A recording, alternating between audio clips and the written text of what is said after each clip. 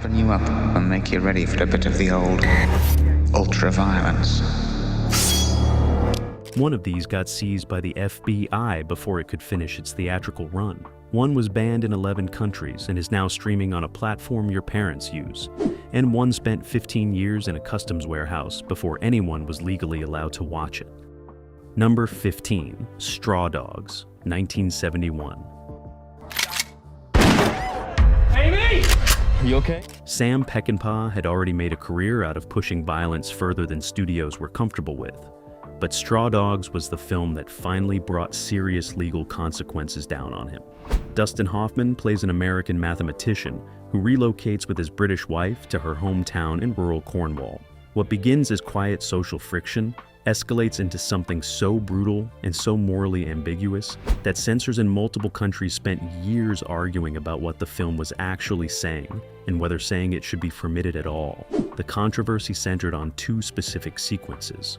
A sexual assault scene was flagged by the BBFC as potentially presenting assault in an ambiguous light, which generated a debate that ran for decades and was never fully resolved to anyone's satisfaction. The climactic siege sequence, in which Hoffman's previously passive academic discovers a capacity for extreme violence, generated separate objections about the apparent endorsement of vigilante brutality. The BBFC banned the film entirely in the UK. Not cut, not restricted, banned outright. That ban held for 18 years before the film was finally certified for home video release in 1989.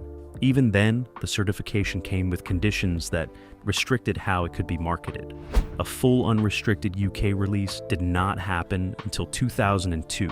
In Australia, the film was refused classification on first submission. Several European countries required substantial cuts before allowing any theatrical release. The combination of the sexual violence and the siege climax made it essentially impossible to release in certain territories without removing content that Peckinpah considered structurally essential. It is currently streaming on multiple platforms in most territories. The conversations it generated about screen violence and sexual representation never fully ended. Peckinpah always maintained the film was a serious moral inquiry. The censors who banned it clearly read it differently.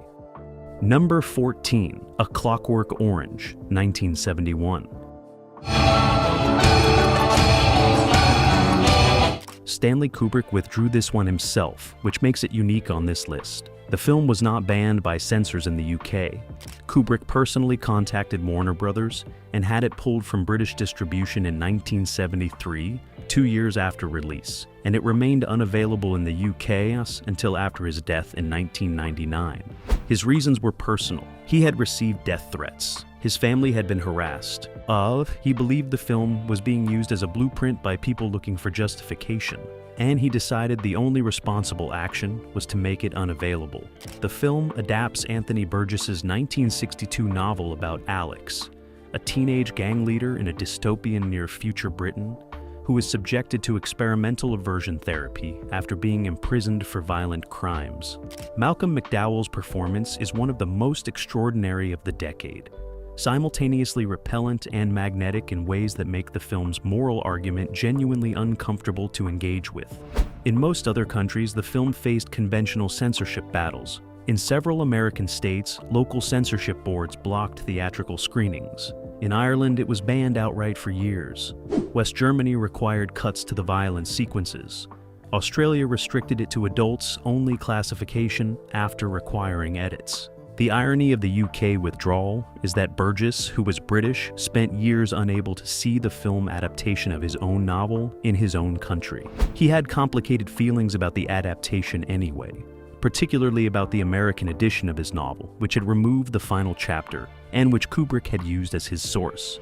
That missing chapter changes the entire moral architecture of the story. It is currently streaming on multiple platforms globally. The self-imposed UK ban ended the moment Kubrick died, and Warner Brothers immediately made it available. It remains one of the most discussed films ever made. Number 13, Salo, or The 120 Days of Sodom, 1975. Pier Paolo Pasolini completed this film 6 weeks before he was murdered, which means he never saw its reception, never dealt with the censorship battles it generated, and never had the opportunity to defend it in the terms he would have chosen. That absence matters because Salo is a film that requires its intentions to be understood before it can be properly evaluated. And without Pasolini present to articulate those intentions, censors and critics were left to make their own determinations. The film transposes Marquis de Sade's 18th century novel to fascist Italy in 1944, depicting a group of wealthy fascist officials who abduct 18 teenagers and subject them to 120 days of systematic degradation.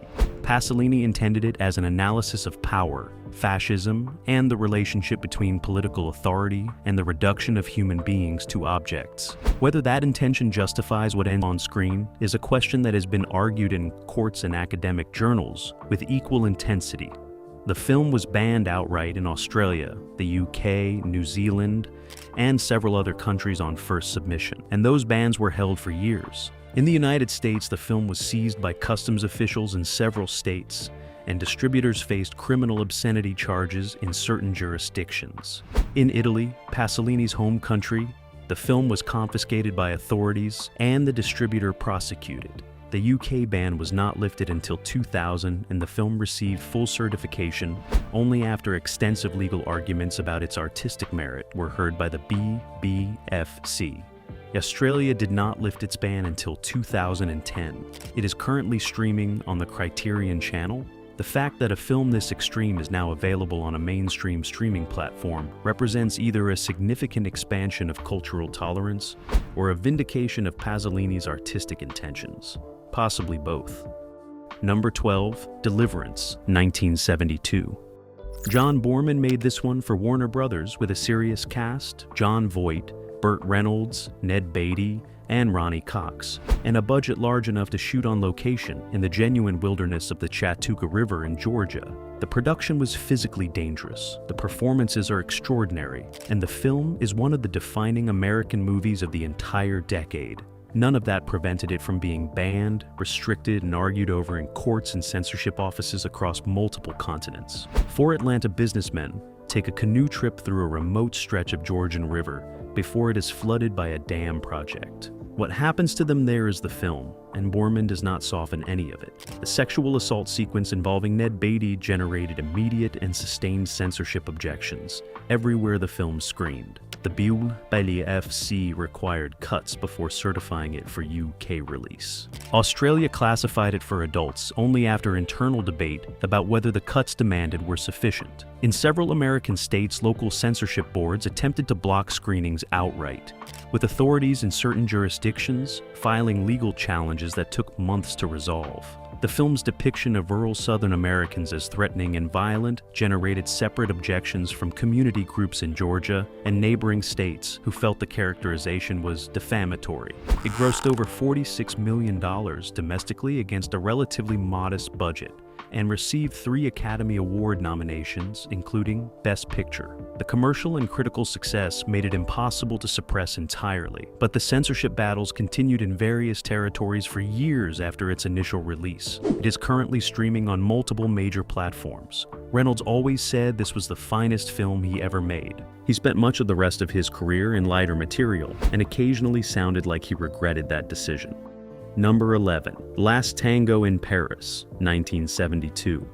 Bernardo Bertolucci directed this one, and Marlon Brando starred in it, and between them, they produced something so sexually explicit and so philosophically confrontational that it generated criminal prosecutions, not just censorship rulings, but actual criminal charges in multiple countries simultaneously. The Italian government convicted Bertolucci of obscenity and stripped him of his civil rights for 5 years. That is the level of official response this film provoked. Brando plays a recently widowed American in Paris who begins an anonymous sexual relationship with a young French woman, played by Maria Schneider, in an empty apartment. They agreed to know nothing about each other. No names, no histories. The film uses that framework to examine grief, sexuality, power, and the impossibility of genuine anonymity between people. The controversy that has followed the film most persistently involves a specific scene and the circumstances of its filming. Schneider said for decades that she was not fully informed in advance about what the scene would involve, and that her distress during filming was genuine rather than performed. Bertolucci confirmed her account years later. That confirmation recontextualized the film in ways that made its streaming availability contentious in the 2010s in a manner entirely separate from its original censorship battles. In Italy, the film was confiscated, Bertolucci convicted, and the negative order destroyed. The order was not carried out. In the UK, the BBFC required cuts and classified it for restricted adult release only. In Australia, it was banned outright for several years. In New Zealand, the ban lasted even longer. It is currently streaming on multiple platforms. The original censorship battles were eventually resolved almost everywhere in Bertolucci's favor. The more recent ethical arguments about the filming circumstances remain genuinely unresolved and probably always will. Number 10. The Exorcist, 1973.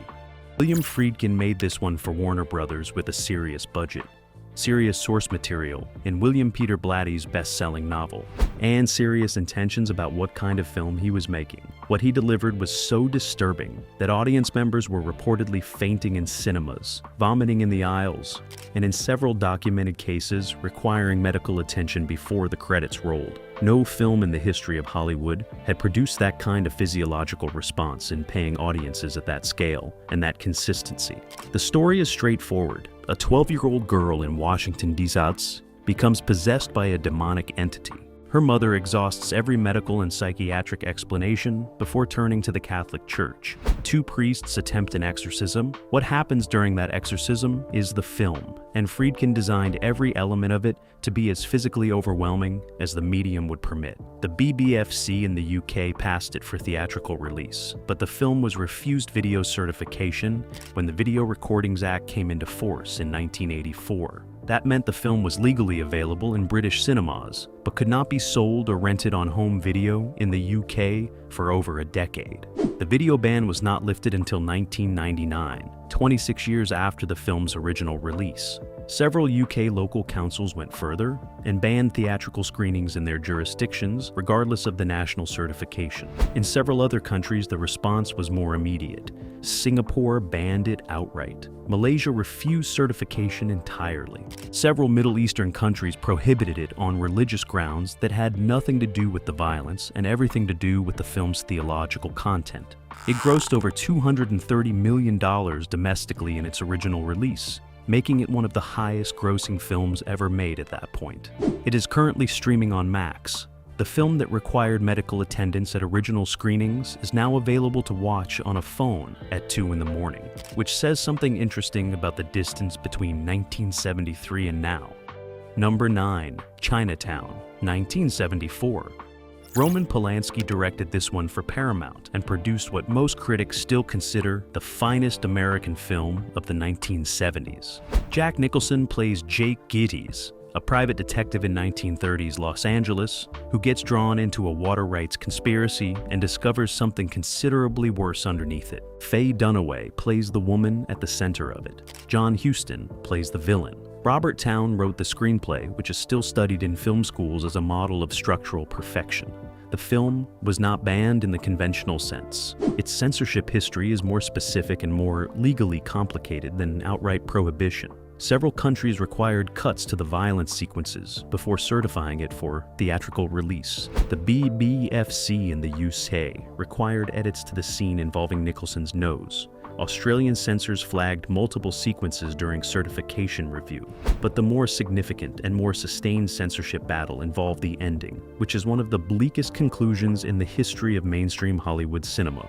Several American regional censorship boards and exhibitor groups pushed Paramount to reconsider the finale. The studio briefly considered mandating a different ending before Polanski and Towne held firm. The darkness of the conclusion was not incidental. It was the entire point of everything that had preceded it. The film's later history became permanently complicated by Polanski's 1977 guilty plea to unlawful sexual intercourse with a minor, and his subsequent flight from the United States before sentencing.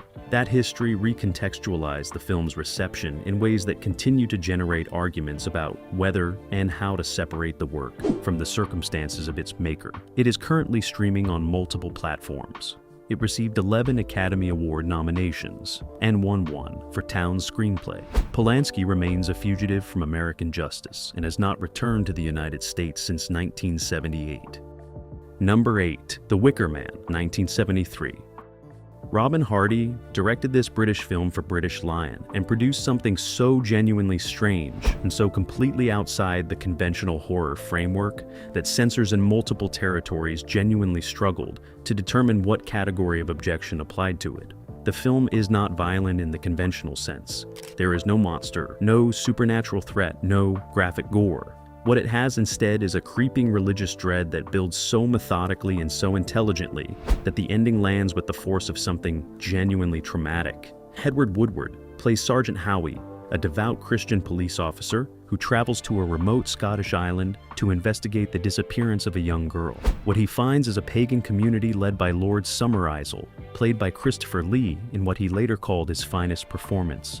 The community sings, dances, conducts rituals in the fields, and educates its children about sexuality with a frank openness that the mainland would not recognize. And the missing girl may not be missing at all. The film was cut by British Lion without Hardy's knowledge or consent before theatrical release. The original cut ran 102 minutes. The version released theatrically ran 87 minutes. Several sequences that were essential to character development and thematic coherence were simply removed because the distributor wanted a shorter running time. In several American territories, the sexual content involving a public ritual scene generated local censorship challenges. The BBFC required cuts to certain sequences for initial UK certification. The film's treatment of Christianity as a perspective susceptible to being genuinely outmaneuvered generated objections from religious groups in multiple countries. The longer cut was eventually restored and is the version most people know today. It is currently streaming on multiple platforms. Hardy spent years trying to recover the missing footage and never fully succeeded. Lee championed the film publicly for the rest of his life. Number 7. Don't Look Now, 1973. John, do you hear what I say? It was Christine. My daughter is dead, Laura.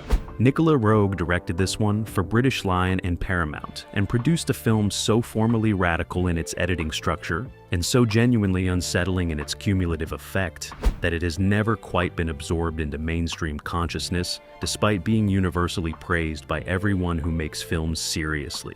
It is the kind of film that directors watch and then quietly despair about, because the techniques Roeg uses appear simple in description and are essentially impossible to replicate in practice.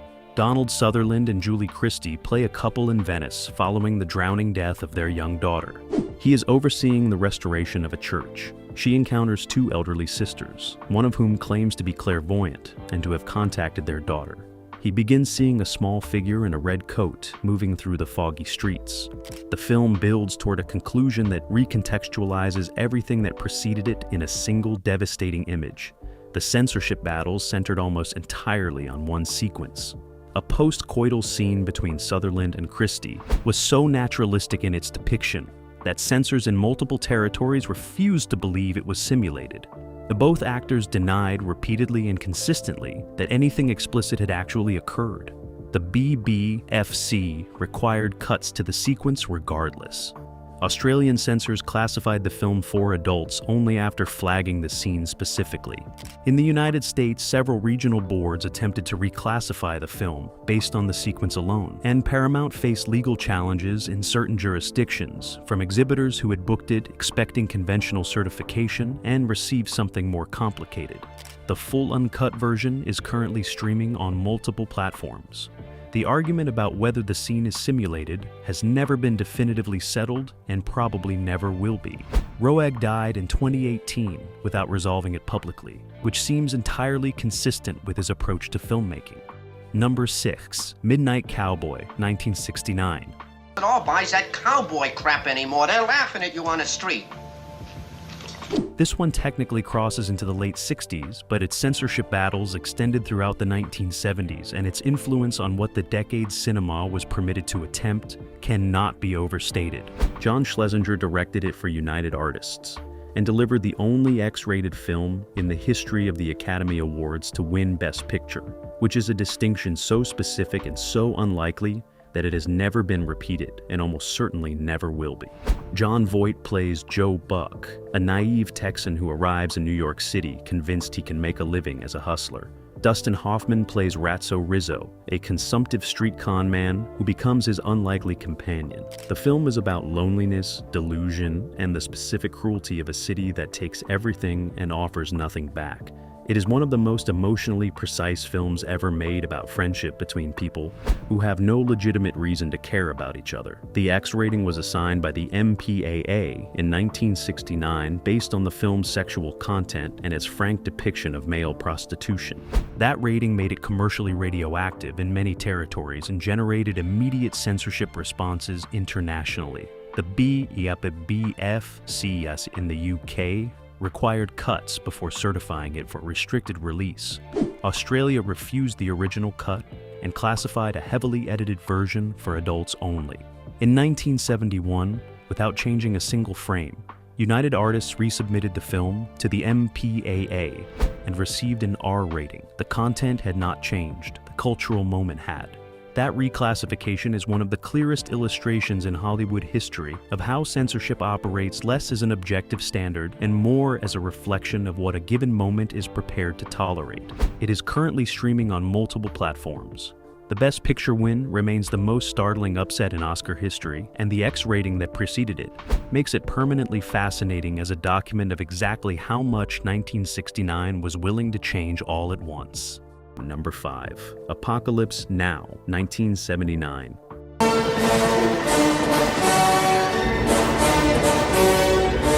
Francis Ford Coppola had already made The Godfather and The Godfather Part 2 and was the most celebrated American director of his generation when he decided to spend several years dismantling himself completely in the Philippine jungle making this film. The production became so notorious that the documentary about its making, Hearts of Darkness, is considered by many people to be equally as good as the film itself.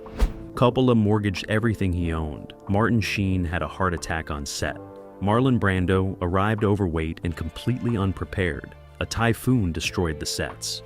The production ran so far over schedule and over budget that United Artists executives were visiting the location in a state of barely concealed panic. What Coppola brought back from that experience is an adaptation of Joseph Conrad's Heart of Darkness, transposed to the Vietnam War, following Captain Willard, played by Sheen, as he travels upriver into Cambodia to assassinate Colonel Kurtz, played by Brando, a decorated officer who has gone completely off the grid and established himself as a god among a local tribe. The film is about what war does to the human capacity for moral reasoning, and it answers that question with a sustained darkness that most studio films would never have permitted. The censorship battles were immediate and international. Several countries required cuts to the napalm sequence and the Kurtz compound sequences before certifying it for theatrical release. The BFC in the UK required edits to multiple sections. Australia classified it for restricted adults-only release after flagging numerous sequences during review. West Germany required substantial cuts before approving theatrical certification.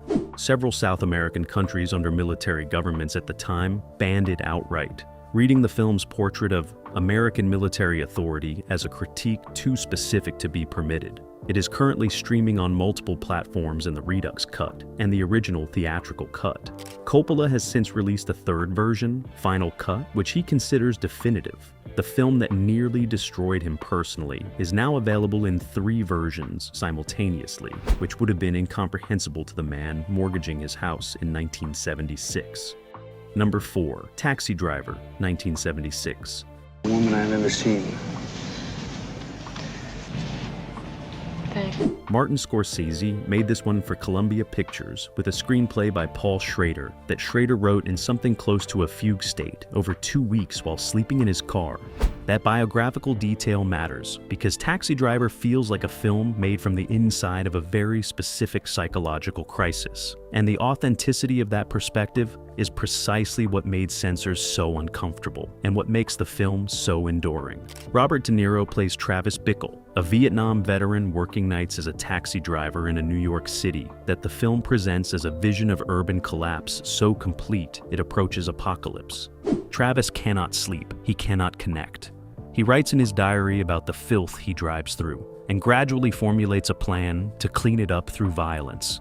Jodie Foster plays Iris, a 12-year-old prostitute he becomes fixated on rescuing. Harvey Keitel plays her pimp.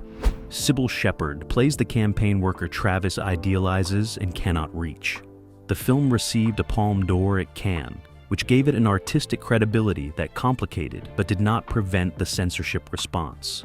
The BBFC in the UK required cuts to the climactic shootout sequence before certifying it for restricted release. Australia required edits to multiple violent sequences and classified it for adults only. West Germany required cuts and attached an adults-only classification. In the United States, the film was originally submitted to the MPAA and received an X rating based on the violence in the final sequence. Scorsese desaturated the color of the blood in those scenes, pulling it toward a dark brown, and resubmitted. The MPAEA passed the resubmission with an R. The desaturation is visible if you know to look for it. It is currently streaming on multiple platforms. John Hinckley Jr. watched it obsessively before attempting to assassinate Ronald Reagan in 1981, which generated a fresh wave of public and political argument about the film that Scorsese has spent decades navigating carefully. Number 3, The Deer Hunter, 1978.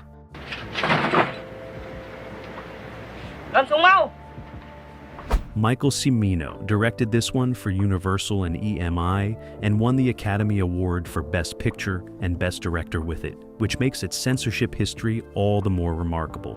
A film that won Hollywood's highest honors was simultaneously banned or heavily restricted in multiple countries, seized by authorities in others, and the subject of criminal complaints in several jurisdictions.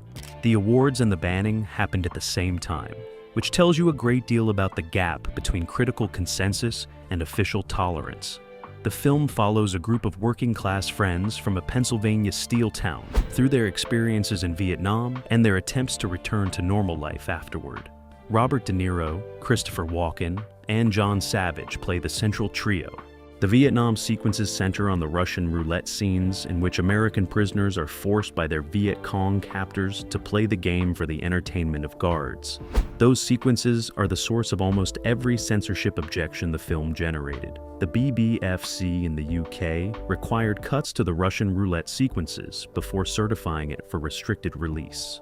Australia banned the original cut entirely and required substantial edits before passing a heavily cut version for adults-only release. New Zealand refused certification for several years. West Germany required cuts and restricted it to adults-only classification. The Vietnamese government formally protested the film's depiction of Vietnamese soldiers, a complaint that received serious diplomatic attention in several countries, and contributed to decisions to restrict or ban the film on political rather than content grounds in certain territories. Cimino never recovered the momentum this film gave him.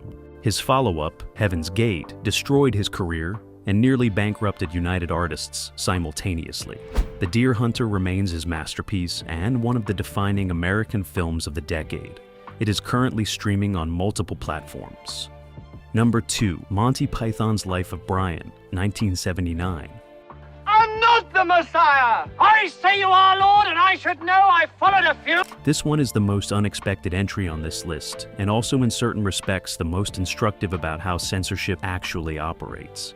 Life of Brian is a comedy, a very funny one, made by 6 Cambridge and Oxford-educated comedians who had been making television that pushed against boundaries for a decade, and it was banned more extensively in more diverse territories for more sustained periods than almost any other film of the 1970s.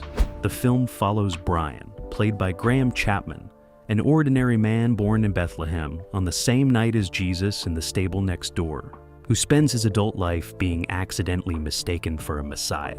The Pythons were not making a film about Jesus. They were making a film about the human tendency to construct messiahs out of ordinary people and the institutional religions that grow up around that tendency. That distinction was irrelevant to every censorship board and religious authority that moved against it. In Norway, the film was banned outright, and its Swedish distributor marketed it with the tagline, "So funny, it was banned in Norway." That tagline was more effective advertising than anything money could have bought. In Ireland, it was banned for 8 years. In several Italian regions, local authorities secured court orders preventing theatrical screenings. In the UK, the Swansea City Council banned it. So did East Devon. Over 40 UK local councils used their authority to block screenings, regardless of the national BFC certification. In the United States, several southern states attempted to prevent theatrical distribution entirely. Picketing outside cinemas was widespread across multiple American cities throughout the original release period. It is currently streaming on multiple platforms. The irony that a film about the absurdity of institutional authority was suppressed by institutional authority for decades is so precise, it could have been written by the Pythons themselves. It probably was not intentional. It might as well have been. Number 1. Last House on the Left, 1972.